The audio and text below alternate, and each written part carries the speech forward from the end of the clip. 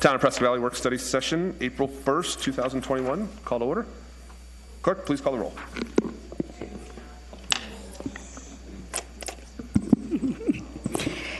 Councilmember Kinsinger is absent tonight. Councilmember Dickinson. Here. Councilmember Hepperly. Here. Councilmember Packard. Present. Councilmember Schumacher. Present. Vice Mayor Hunt. Present. And Mayor Palguda. Present. We have a quorum, Mayor. Thank you, ma'am. Moving on, item 3A, body-worn cameras by Commander James Edelstein. Welcome, sir. Good evening, Mayor.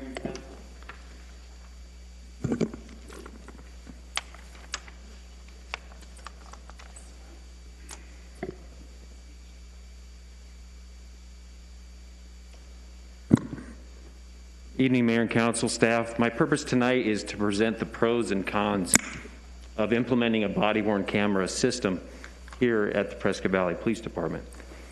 I'd like to start by letting you know this material that I'll present to you comes from a federal and a state level commission that were put together in the recent past to examine those pros and cons, as well as my reading a single scientific study that was done at the University of Las Vegas regarding the Las Vegas Police Department. In that study, they gave a group of officers cameras and another group not cameras. And they compared the effects of those conditions over a year. So they were able to draw some conclusions. Some of those conclusions are included in my presentation. So first of all, there is a growing expectation, not just in the community of Prescott Valley, but I think nationwide. We can argue about what that's based upon, but the evidence is there. I can tell you when I have investigated complaints in the distant past, and my current supervisors still investigate complaints, many times they're asked, do you have body-worn cameras? I don't know why they ask that question, but I think that expectation is there. Many times when people are calling to ask about our actions, just a concern about our officers and maybe what they've seen the officers do, they ask the same question. So they're not necessarily filing a complaint, but they're just concerned about why things happen. And then they ask that question, I think, in an effort to see if we have some footage we might be able to share with them. They are common. 47% of agencies, and that would be state, county, and local, have them nationwide. That was as of 2016. In the state of Arizona in 2020, there was a survey where 56 of 77 Arizona municipal agencies have them already. So they're pretty common. They are a well-developed technology. The first body-worn cameras came out in '98, so they've been around for 23 years.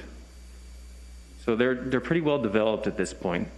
I think there was definitely a point where adoption in the early stages was not such a good idea, but I do think that technology has developed well enough to a point where it is a good choice, at least at this point, to consider adopting them. So the next 2 points kind of go together. So the cameras are turned on at the beginning of these incidents. The way that occurs is dependent upon how the system is set up. Some of them are set up so that when the officer gets the call, the camera turns on automatically. Some systems are set up so that when the officer arrives and he's maybe within 150 feet of where the call is occurring, that the camera turns on. Some of them turn on when the officer draws a gun or opens a certain door on the car, like the trunk. Some of them turn on when the lights, the reds and blues, are turned on. So it just depends on the situation. But the point is that they're turned on from the beginning of the situation, and they capture the events from the officer's perspective. The next bullet point is the one that is important there, which is without that perspective, there's a gap that's created because our community is full of cell phones. There's probably not a single person here tonight that doesn't have one. And we are seeing more and more stationary surveillance cameras. Did somebody raise their hand? Does somebody not have a camera tonight? Okay, so the stationary cameras are increasing. They're very commonplace these days. You know, you have homes with Ring doorbell cameras. You have surveillance cameras on businesses. And the challenge there is that those cameras capture a certain perspective that many times doesn't show the entirety of an incident. I'll give you an example of a situation I dealt with probably a year and a half ago. We had an officer who was dispatched to a suspicious subject call. He and another officer were on scene. The officers made contact with the suspicious subject who was in a vehicle. There was a camera that caught that vehicle, and the officers were on the other side of that vehicle. And then there was another vehicle behind them. The vehicle that was between the camera and the officers was a van, so it's kind of tall. The officers made contact with the subject who was in the vehicle, asked him to get out. And what had happened was when the subject got out of the vehicle, they smelled the odor of burnt marijuana. Today it would be a totally different story because it's legal now. But at that time, that was a good reason for the officers to continue their investigation. So the officer attempted to do so, and instead, the subject assaulted the officer. He grabbed a hold of the officer by his vest, started shaking him and pushing him and pinning him up against the car behind him. But because of the perspective of the stationary surveillance camera, you couldn't see that. All you could see was a little bit of shaking on the vehicle, because that's where the officer was being pushed against. What was captured very well was the officer's response, which was entirely lawful and based upon our use of force investigation, totally appropriate. The officer used a takedown that was visible to the camera, and then the subject turned on the officer on the ground and tried to punch the officer in the face. That action was not caught very well because of the quality of the surveillance camera. So there's a difference between the cameras you see in the community and the cameras the officers would carry. The average body-worn camera takes 30 frames per second. Many surveillance cameras take 5, 10, or even less than 5. Depends on the settings that the user chooses to utilize normally. So when that frame rate goes down, if somebody tries to punch an officer, the punch can be there and back before a frame is taken. So you kind of saw a little bit of the punch, but the officer very clearly said, yeah, I was, again, assaulted because the guy tried to punch me. Well, the officer's response was caught much more clearly. So the officer responded by elbowing the subject in the face, causing injury. My lieutenant and I spent probably 2 weeks, several hours a day, dealing with the complainants in this case. I believe that given that footage, we could have ended that concern quite quickly, because instead of our officers' words combined with a camera that only caught a portion of the incident and caught it in a manner that was not good for the police department, we would have had footage from the moment that incident began. So another pro, and this is something that's well documented in the peer-reviewed scientific literature in the psychology community, is the Hollywood effect. When people are on camera, they tend to behave more civilly. They're kinder, they're more patient. They speak in a manner that is different than they would if they didn't realize they were being caught on camera. And what the studies have found regarding officers and the community is that they both react the same way.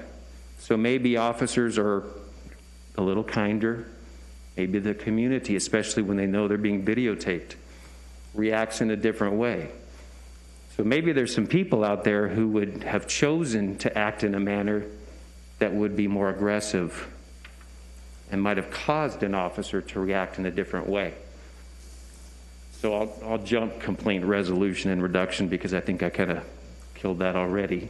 Reduced uses of force. It's not clear why that happens. I'm not going to tell you that by any stretch of the imagination do I believe that our officers reduce their use of force, because our officers use force when it's justified. What I think happens, and what, again, the research seems to support, is that because of that civil effect, that the public themselves behaves in a way that reduces our officers' need to use force. Transparency is a big word these days. There's, some question about exactly what it means. But, in this case, I think a body-worn camera system gives the community the understanding that our department cares about what's going on and that we would use that system to be transparent with them. You know, in cases of critical incident these days, you see police departments releasing footage within days sometimes because you have these concerns, many times, most of the times unfounded. And if you can release footage that quells that concern, that relaxes the tension in the community quickly, then you can avoid not just the reaction to the shooting, you can avoid the consequences of protests, damage to the community, things like that. Things that damage the police department's relationship with the community for a long term. Increased proactivity, the UNLV study showed, I believe, officers' arrest rate increased by 5.2%. Their rate of proactive contacts, that would be traffic stops, field interviews, community-based policings, that increased almost 11%. So from a prosecution perspective, there is increased plea bargaining, more effective prosecution, and that's because of the evidence that's available. And then the portal is available now for the prosecution. Body-worn cameras first came out. There wasn't an easy way to share data between the police department and the prosecutors. So to go back, plea bargaining, just to be clear, that means that before we get all the way through the justice process and go to a trial, at some point, the prosecutor offers the defendant a bargain.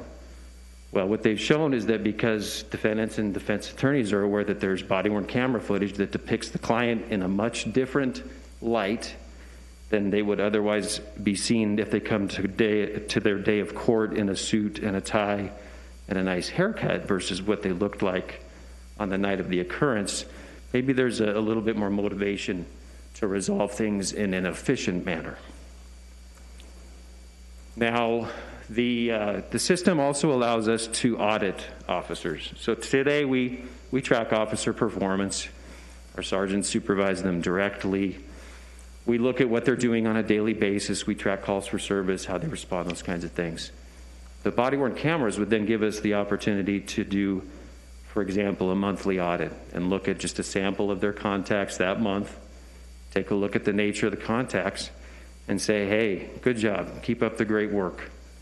Maybe there's a training issue or two in there about, you know, how they speak or how they approach people from an officer safety perspective.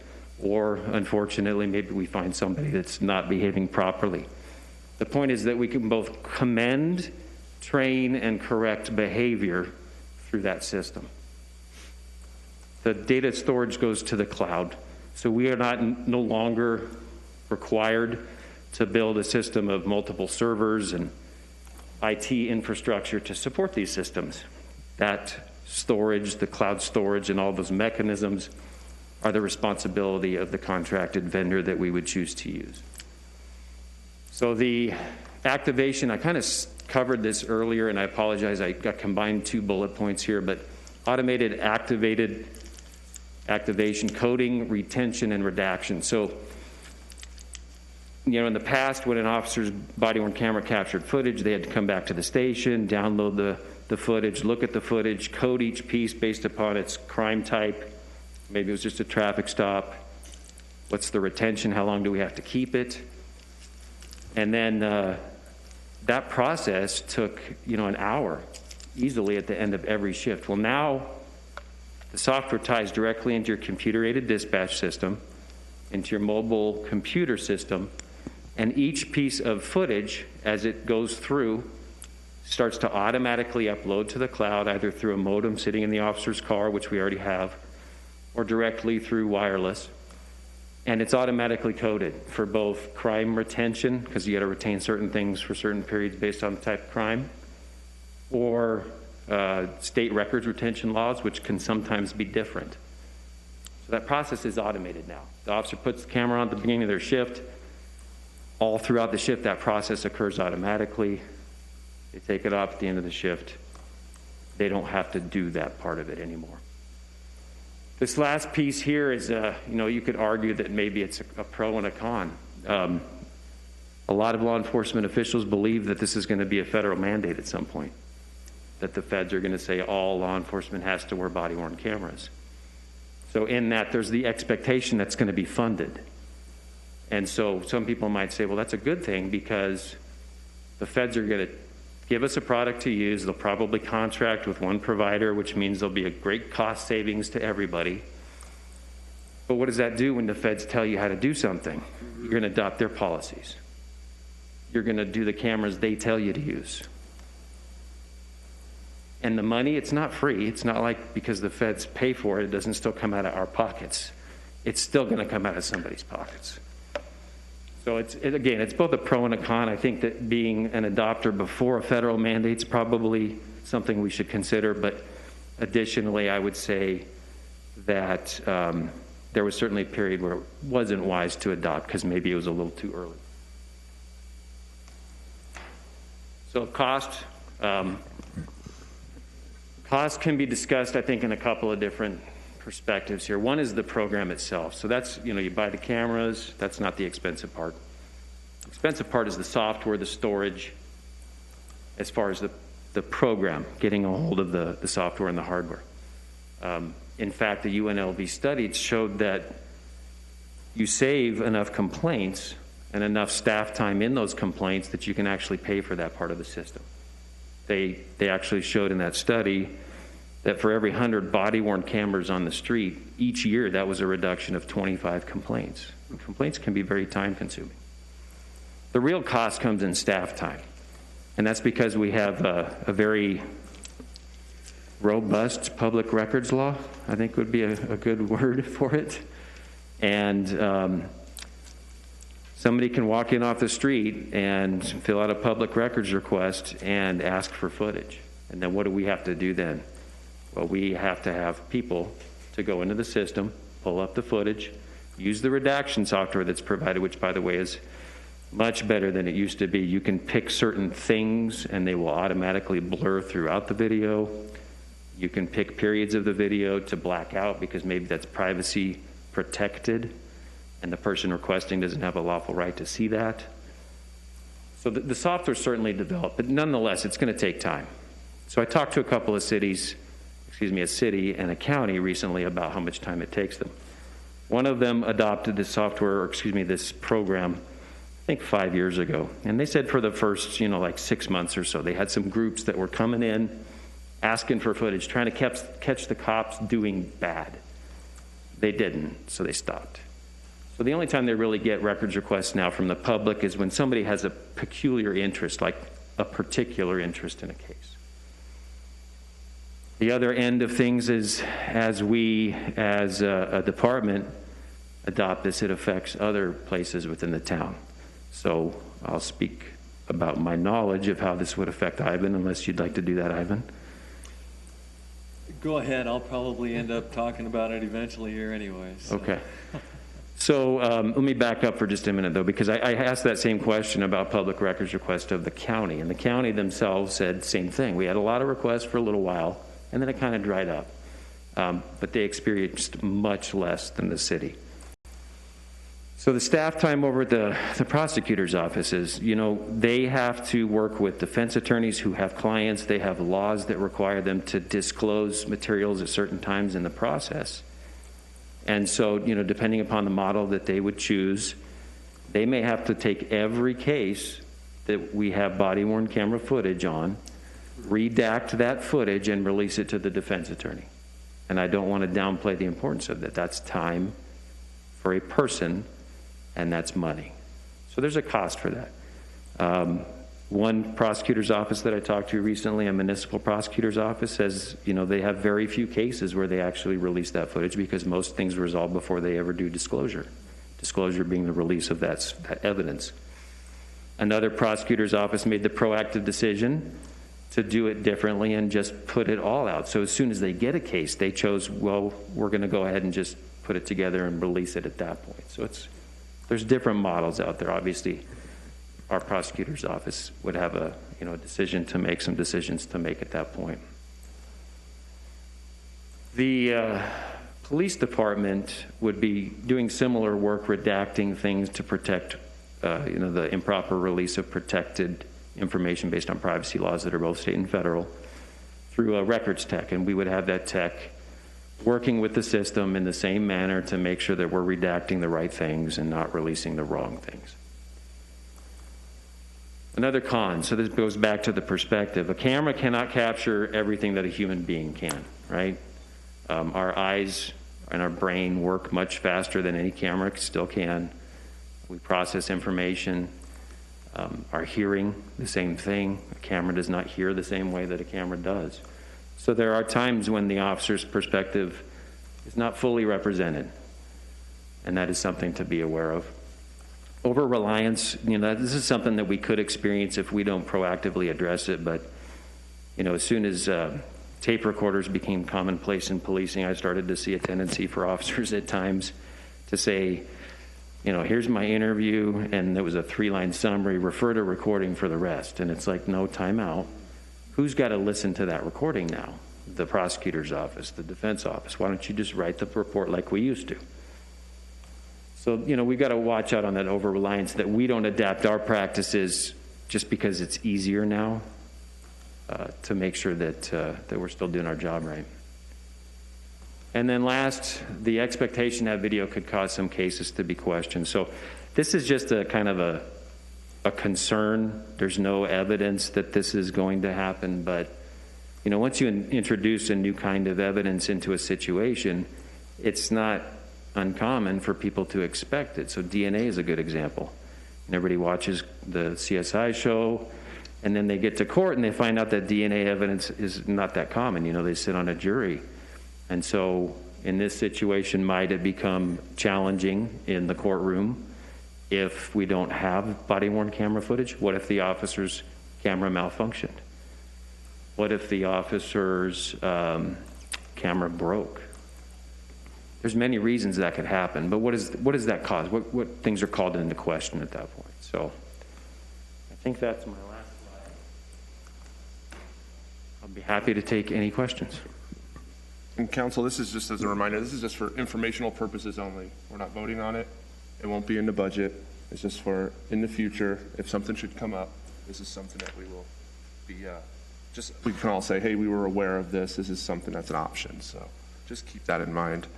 I think one of our biggest, at least one of the biggest things that I lean on is Mr. Legler and Stephen back there. We rely on them. We rely on their opinion and their expertise. And I don't want to put words in Ivan's mouth, but he is against this. He doesn't believe that this is the time for us. Yeah, that's no news for poor.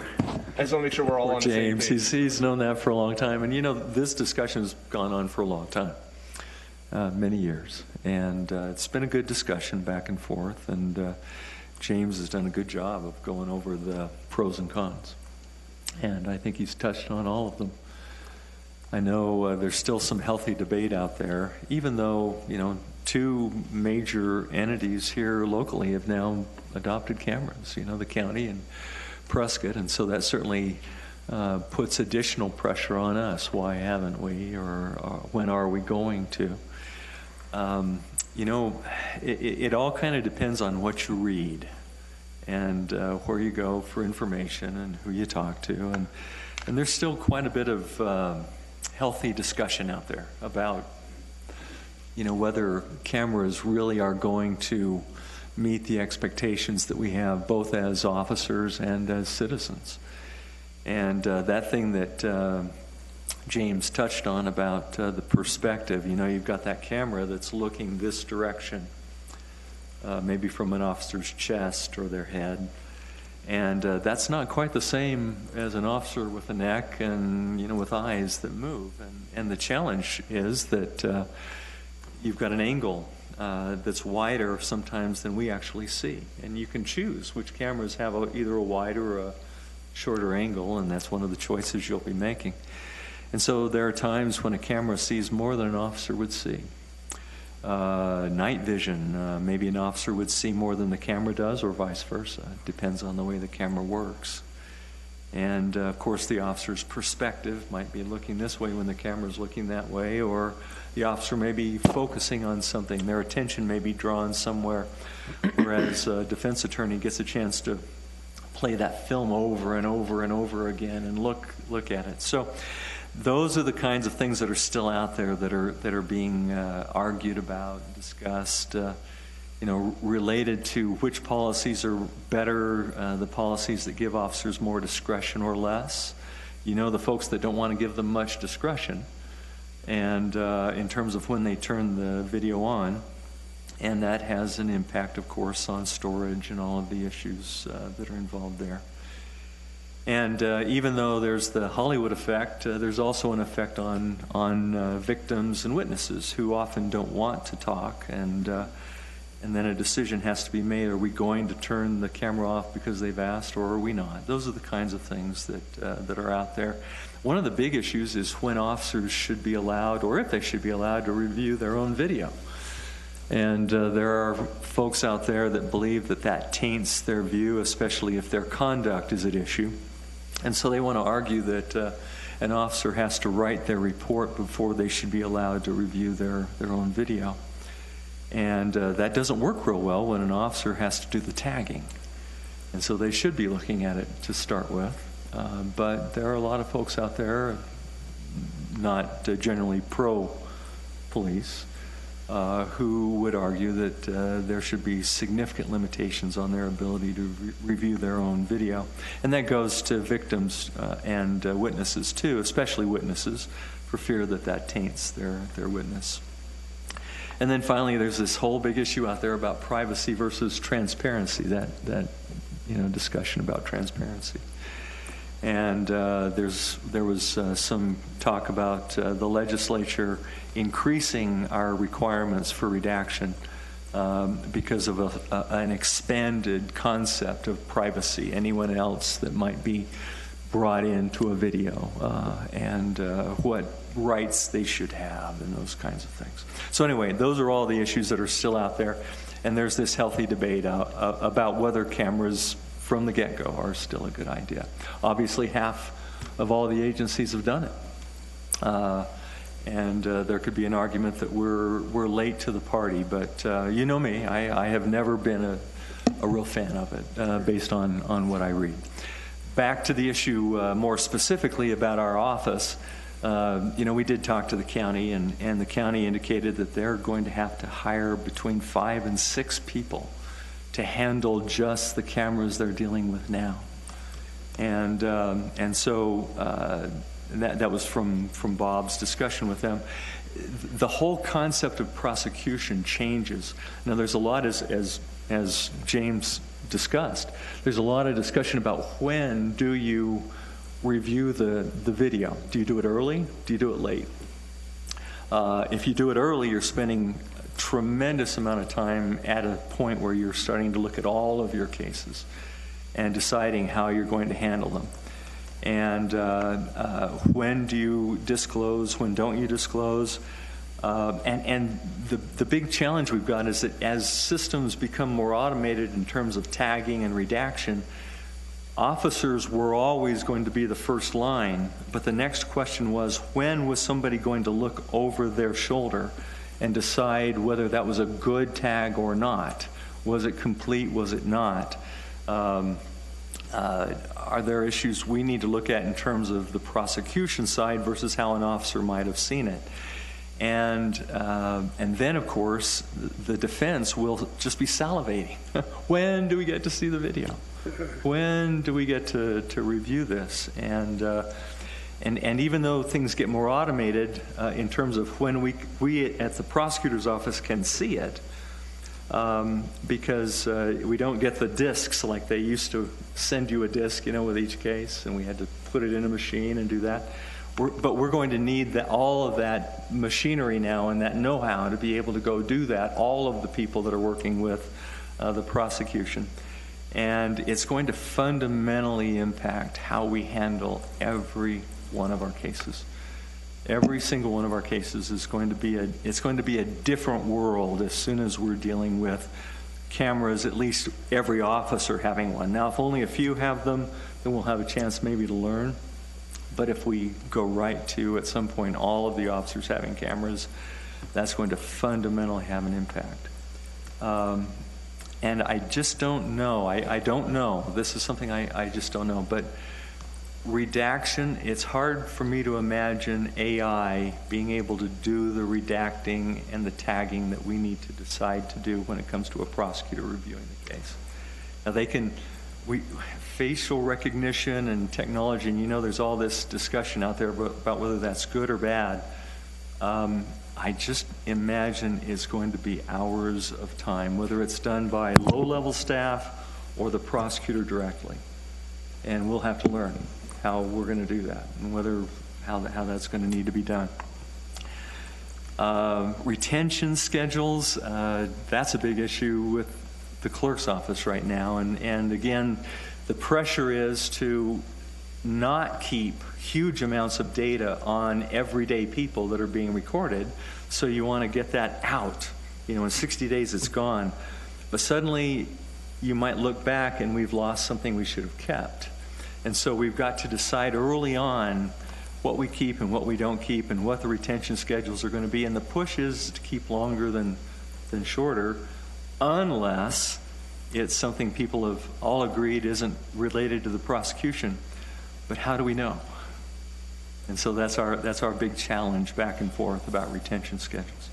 So anyway, finally the cloud. We're going to go to the cloud, and there's concern about whether even large agencies still have concern about the ability for the bad guys to get into the cloud and mess up our data security.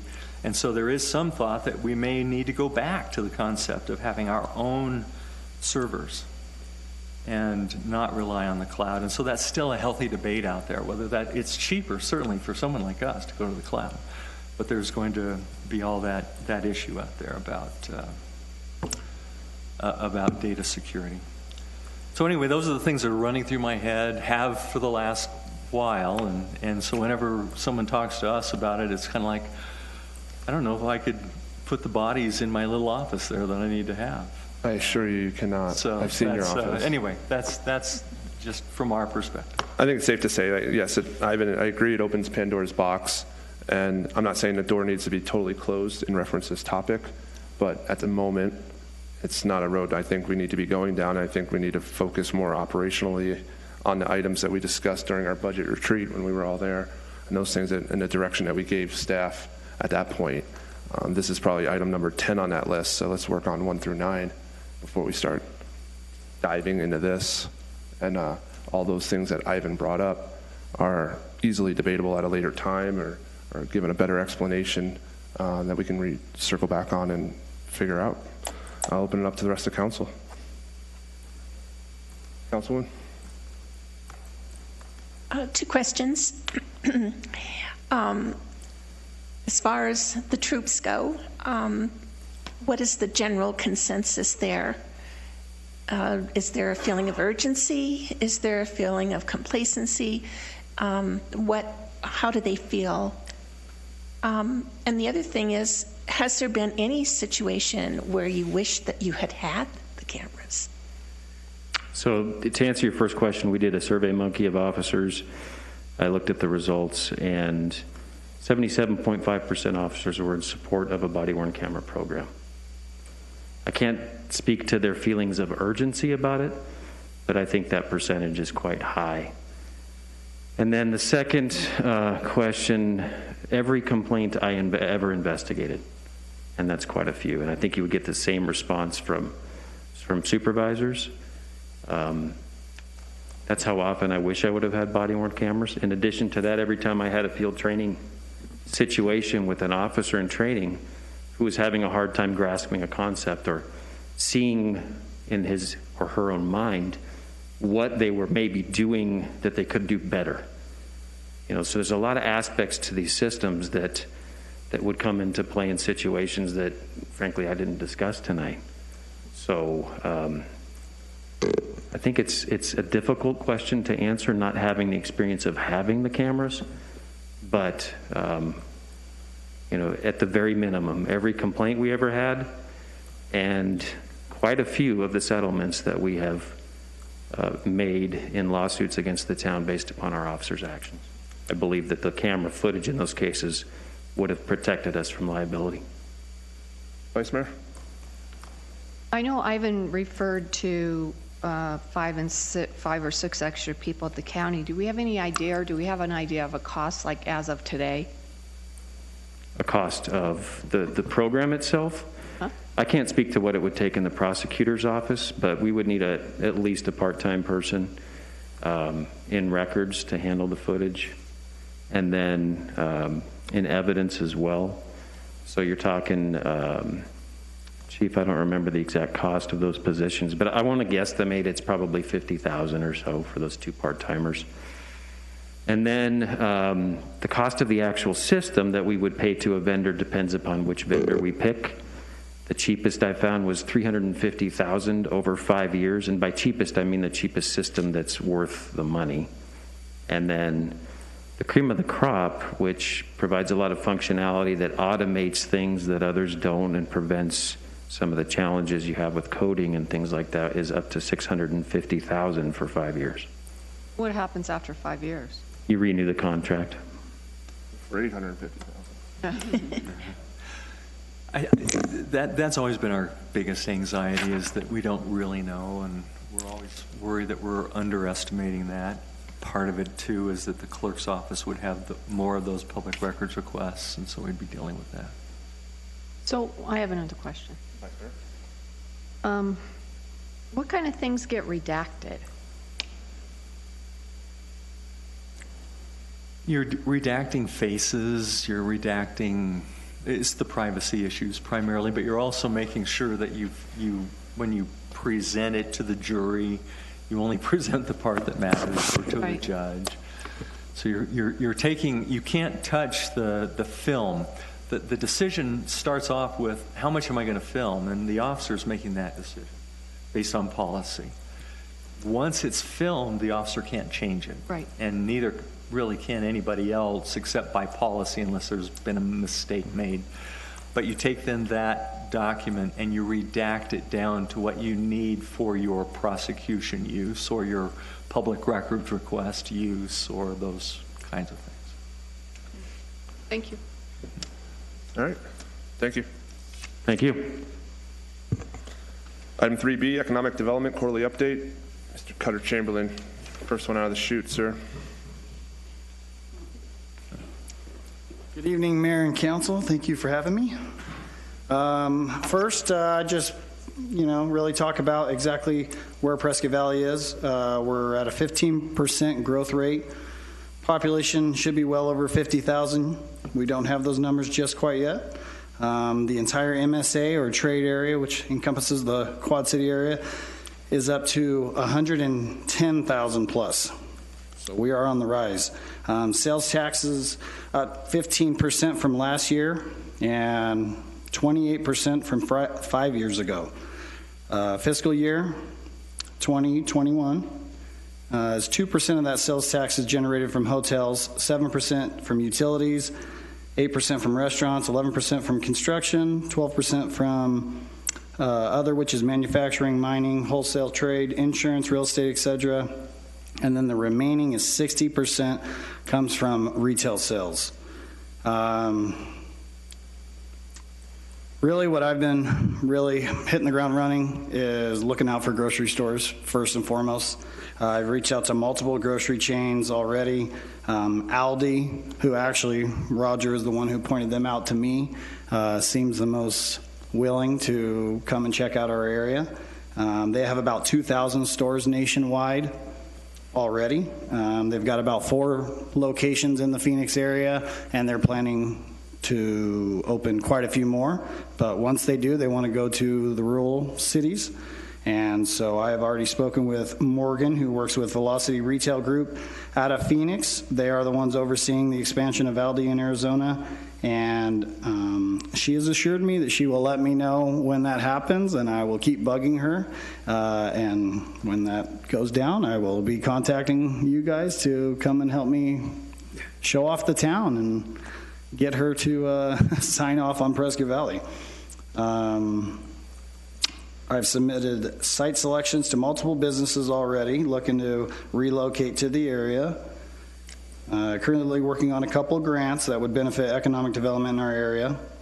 I've also created a list of potential franchise opportunities that would fit well in the PV area that we don't have here. And it's not just pulling it off of any random list. I'm kind of looking at specific businesses that already are in Phoenix or at least the West Coast, something that they might be interested in coming up here.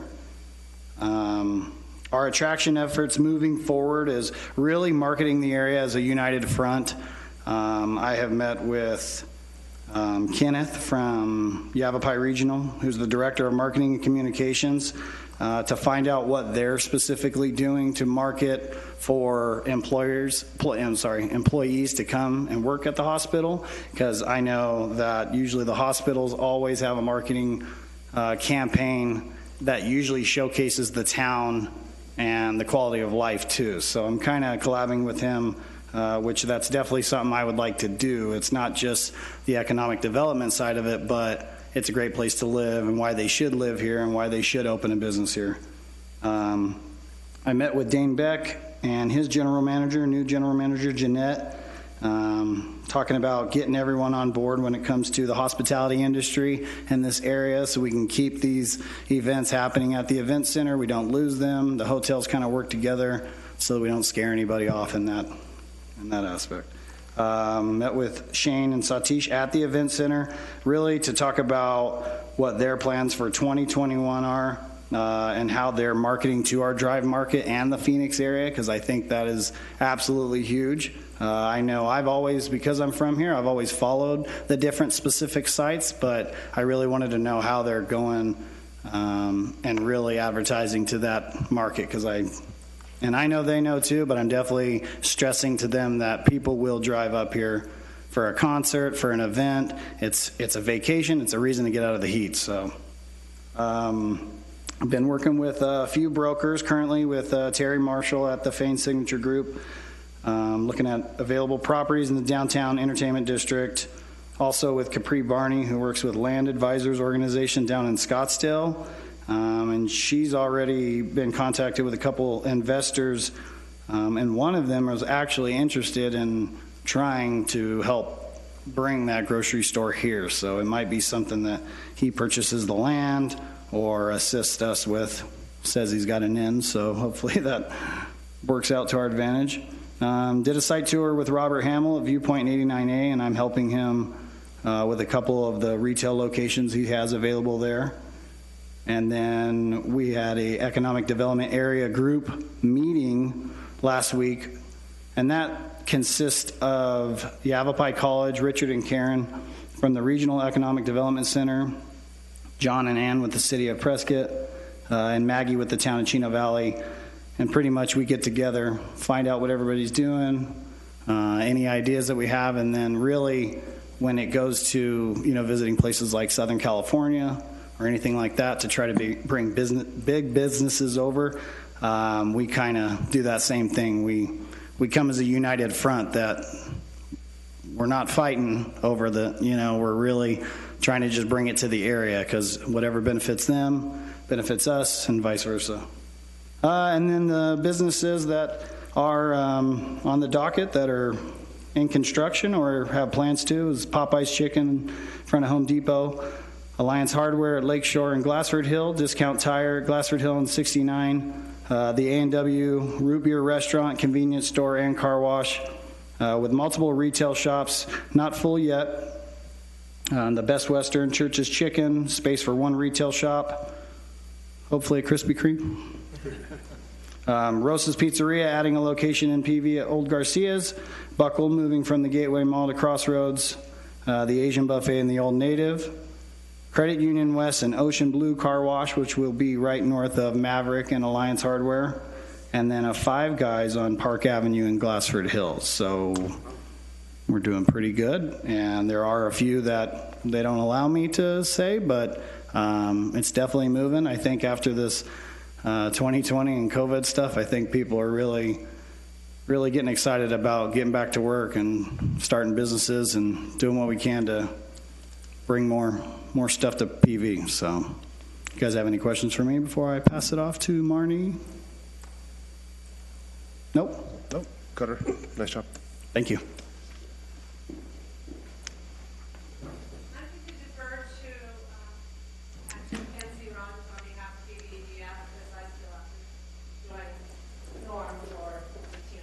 Fair enough. Evening, Mayor and Council. I'm not Mike.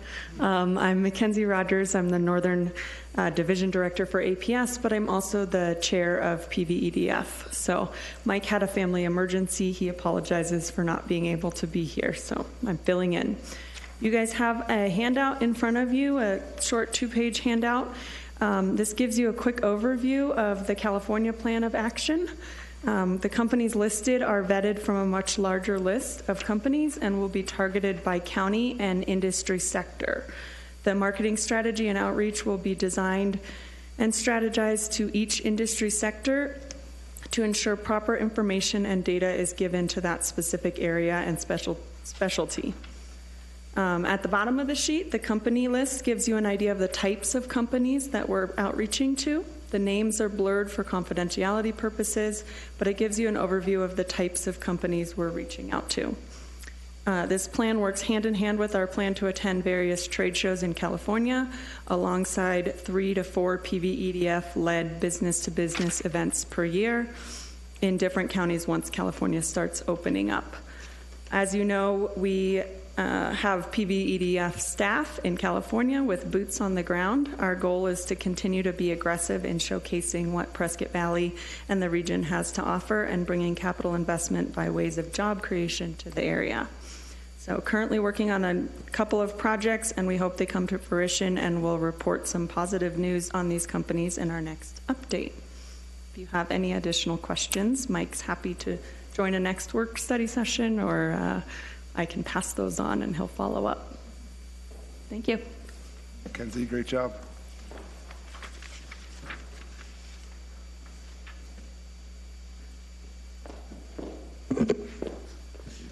Mayor, Vice Mayor, Council members, spring has sprung and we're so excited. The governor rescinded his executive order that limited gatherings of over 50 people. So we are going to have an official Team Up to Clean Up, community-wide country cleanup, and also Prescott Valley Days, May 6th through the 9th, bringing back all the activities that we love every year. So I previously sent out the report along with all the flyers and handouts so you can review those at a later time. I won't go into all the details.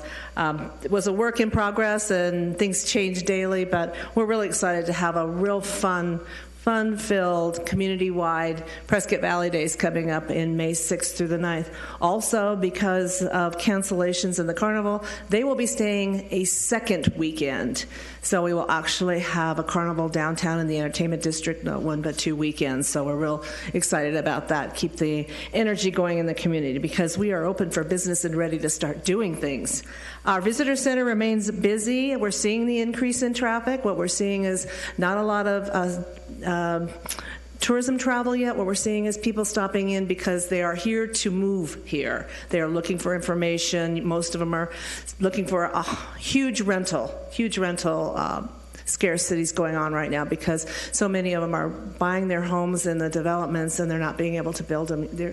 The backlog is so about a year out in order to get a home built in Granville. So, and I'm sure those of you in real estate know what that's like, but there again, that increases the demand in the rental market. So I'm looking forward to the Park Plaza opening up and at least giving some of that help. We are bringing back our business after hours. Suddenly, we're finally able to come back, so we're bringing back our evening events coming along. We've changed it to Alive After 5, and happy to celebrate that. Our first one is April 21st. We have actually 4 ribbon cuttings scheduled for April. I have 2 scheduled. We just added on April 16th, Yavapai Eye Care and Freedom Corps Pilates will be doing their ribbon cutting in the next few weeks. I gave you the new activities guide. I had mentioned that was a goal of mine to have something that's a little comprehensive that people can walk in and grab and what's going on over the weekend. We will also get that out into our partners' hands, our hotels, restaurateurs. We're going to be buying brochure holders, so those can be at every location so people can know what's going on. A lot of people traveling coming in here.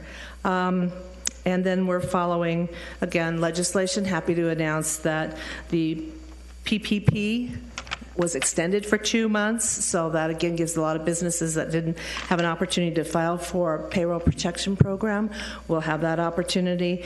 And then also SB 1377, which was the civil liability for businesses and during a public health pandemic. Passed both houses. It's sitting on the governor's desk. I haven't heard that he has signed it, but that he plans on signing it. And that's the law to protect responsible businesses and those owners from frivolous lawsuits due to circumstances beyond their control. We've been watching that very closely and actually wrote letters in support of that bill because that's so important that our businesses are doing everything they can to provide a health and safety environment, including asking people to wear masks, having hand sanitizer, but as we know with COVID, there's no knowns, and so therefore that takes away a lot of that frivolous lawsuit and the liability they may have. And then that's most all of it. PV Days, Team Up to Clean Up is our first big event May 1st, and I'll be back with a little tiny PowerPoint, but we're celebrating our 25th anniversary, our silver anniversary with being the cleanest town in Arizona. So I'll be back in a few minutes with that, but I'd answer any questions you may have. I just have a comment. You talk about tourism is picking up. Myself and my son went to Jerome, Cottonwood area today. Jerome was packed. You couldn't hardly find a parking place there. They're coming back, is my point. The tourism is starting up, shorts and all. Half of them wore masks, half of them didn't wear masks. So. Right. Well, and as the temperatures heat up in the valley, too, we see a huge increase in our community and people coming into the community. So, yeah, it's exciting to have somewhat things moving back in a positive direction. So, thank you. Awesome. Take $3 with you because that's what it costs to park up in Jerome now. Yeah. Spend money local. Item 3C, bid for trash disposal services. Norm, you're up.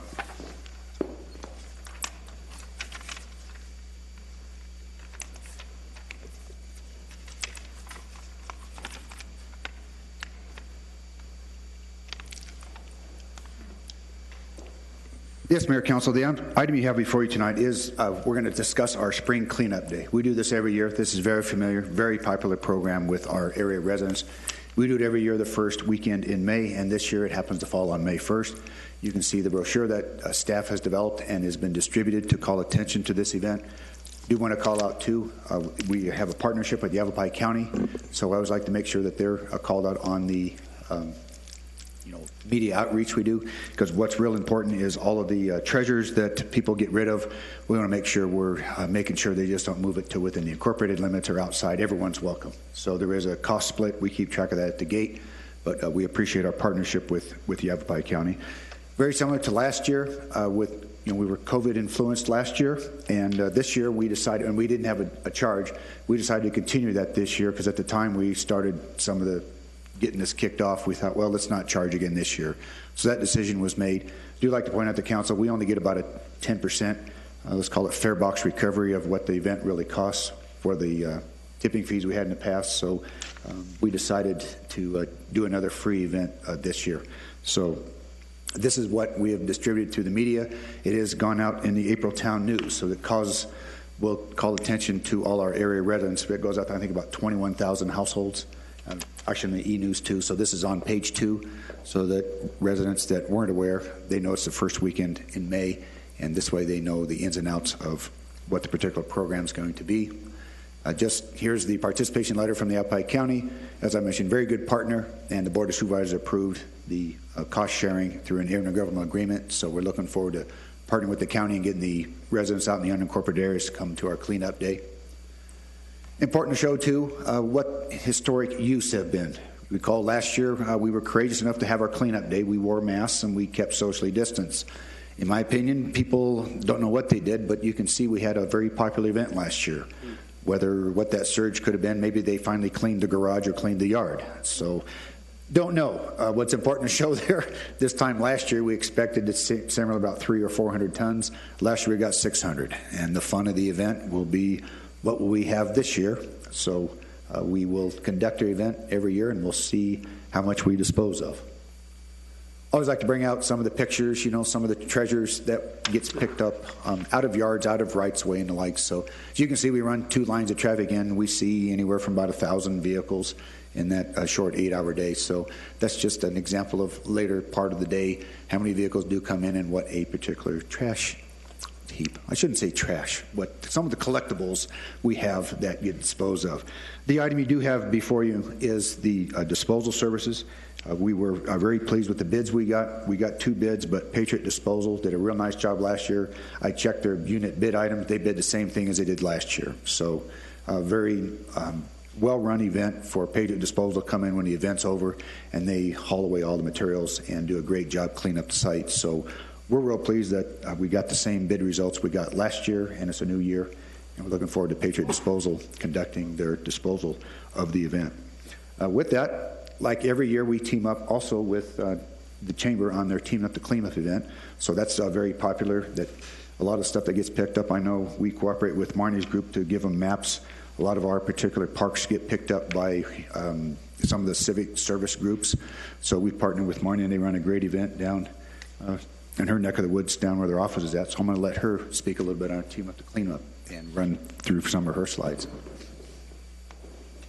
I just do want to add on behalf of the Prescott Valley Early Bird Lions Club, those that are disabled or seniors that are unable to make it to the dump site, the first 25 people can call the Public Works Department, and the first 25 that the Lions Club will go out and pick their stuff up and take it to the dump for them. And last year, because we could not, thank you Norm, because we could not have our in-person event, I rolled out with Larry and went with him as a lion and picked up trash, and we made a huge, I didn't realize how really much work it is, but I want to thank the Prescott Valley Early Bird Lions Club for supporting our community in that way and helping our seniors and those that are not able to make their own trip out. Okay, 25 years, so it's May 1st, 2021, silver anniversary.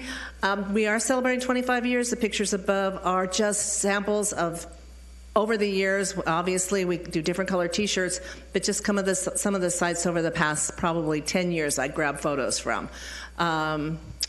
We have registration check-in last year because we did not have the in-person spring cleanup event. We did a drive-through event. We actually, since we were still under somewhat restrictions for group gatherings, people came in and actually came and picked up bags, grabbed their T-shirts, and they drove off, cleaned up.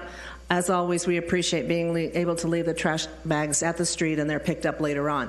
So great turnout. We were very, very pleased. In addition to that, then we had workers. There's a little group family that cleaned over in Pronghorn, and like Norm said, the parks do get cleaned up because it's all part of community pride when this is going on.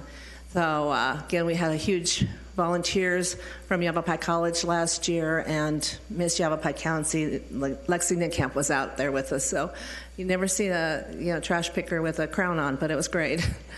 Always Yavapai Broadcasting is out there with live remote. They bring pizza, prizes, the prize wheel. We did not have them at the last one. They will be back this year. We feed them hot dogs. Our firefighters, cooks are Central Arizona Fire and Medical Authority. That was Chief Freitag and our Fire Marshal Rick Chase out there with us last year. Full lunch, hot dogs, chips, cookies, everything is donated by our local retail stores and markets. And then the biggest thing is every year we provide a T-shirt. We wanted to do something in the lines of a silver anniversary, but everything that we looked at came out gray. And it's really important that when people are out there picking up trash and they're wearing the T-shirts, we want to be bright and visible. So it says 25th anniversary or silver anniversary, but the color will be, and that looks turquoise. It's actually a big, bright sapphire blue. Sapphire blue. So Team Up to Clean Up 25, May 1st. And everybody's invited to come out. Check in with us at 9 o'clock. We have donuts and coffee that are provided, and then go out and clean and come back for lunch. And it's a great way for scouts to get service projects, community service, any way that we can get people to go out. But it's a lot of fun, and it's back to normal. So we're looking forward to a great day. And thanks to Public Works also, who brings us tables and chairs and partners with us to get us the supplies we need. Any questions? Okay, thank you. Thank you. Mayor, if I could, I have one more item I wanted to call the council's attention, if I can whip through some of the slides, is do like to call attention one time a year in our Adopt a Street program here in Prescott Valley. They obviously work out throughout the year to clean some of our major roadways, so do like to call attention to each one of these particular service groups and the roadway segments they do clean up. So we've got, 8 or 9 listed there. This program is always available, so if you're out in the community and there's somebody says, hey, what can I do as a service project? As Marnie mentioned, Scouts or any service group can always adopt a section of roadway, and I do know there's several roadways here that they do quite a bit of work throughout the year. So do like to call attention to them one time a year, and do thank this group for the work they do cleaning up the rights of way, and because it does collect litter. And with that, Mayor, just like to point out, if with your concurrence, we'd like to send a letter, each one of them, thanking them for the last year of their dedication and service to their section of roadway, and send them a letter reminding them about Cleanup Day, that it's a good event on that May 1st that everyone gets out to do it. You've got the Team Up the Cleanup effort. I know we can do a map for Marnie's group. Some groups don't even show up. They show up at the parks first, and we get, I think, several hundred, don't we, Marnie, of volunteers. It is a huge effort in addition to what we do down at the disposal site, in addition to the roadway rights of way. So we're really going to hit it hard on May 1st and get the town cleaned up. You have to answer any questions you may have remaining. Council, anything? Go ahead. So Norm, why if it cost us $68,000 last year, did we only budget $45,000? Well, keep in mind, when we build the budget, that's done there in February. So we're anticipating, if you saw the one slide that I showed, that we had about 300 or 400 tons. So last year, in fact, it's this slide here. So that's why we budgeted in February, not knowing what the event was going to be. So the number was set last year, and that's what we actually had to pay. So we set the budget typically $45,000 every year. So where are you going to get the rest of the money? Roll-up accounts. So there's other things that have to take a back seat to Cleanup Day being a priority. That's a good point. And this year, depending if people clean up, that's the crapshoot. 350 or 400, that's what I would anticipate. Last year might have been an anomaly. But it was nice. Things got cleaned up. Sure. Just to comment on that, because I heard from a lot of people that, if you recall back there in the spring of last year, we had that whole stay-at-home order in April, and that's what everybody was doing. They were doing their spring cleaning. They were going around doing their yard work, and I think that has a big impact on that 600 number, because it had been really, really high, and then we found so many people had cleaned everything, and then it's just maintained at a certain level. But I think it's just because everybody was at home, and that's what I heard, that they had a lot of garbage they were taking, but they hadn't had anything else to do but clean. So I think that is an anomaly, as I was the same way. Thank you. Sorry. Vice Mayor. But the budget still, the bid was still for $67,000. Is that locked in, or will that go down if there's less tons? It'll be as built to what comes in, that tonnage rate that comes in. So it could be less. Correct. So keep in mind, the budget was built last February. We fully anticipate to present to you, we could anticipate the same as last year. Depending on the year, it's kind of different. I'll be honest with you, I've been surprised. 10 years ago, we were doing 1,000 tons. And whether over time the town's been cleaned up, different demographic, it's anticipated every year, and we take what they bring us. And we'll see where we land. Mayor and Council, we also have a contingency fund, so if there's a large overage, then we can draw from that contingency fund to cover expenses like this. Awesome. All right. Thanks, Norm. You're very welcome. And Council, just a reminder as we're wrapping up, Ryan will be putting together a budget summary of what we have going on for the budget. And Ryan, if you would just please throw in or have staff put in some sort of operational rough plan on what they expect. Doesn't have to be specific by month or anything, but just an overview of what they anticipate some of their expenses to go towards specific projects for each department. Some departments may be bigger than others. You'll get that tonight. Awesome. I've got it ready to go. I just had to wait for one item. So. Thank you, Ryan. But speaking operation-wise, what about the things you and I talked the other We day? probably ought not to talk about Okay. this. All right. Thank you, Ivan. We'll adjourn.